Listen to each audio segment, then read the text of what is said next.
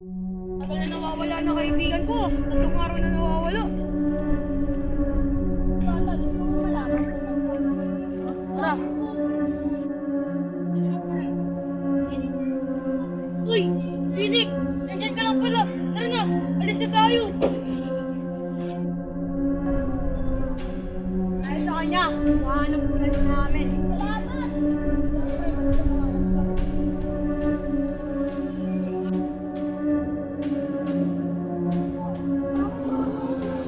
Ako na lang mag-isip.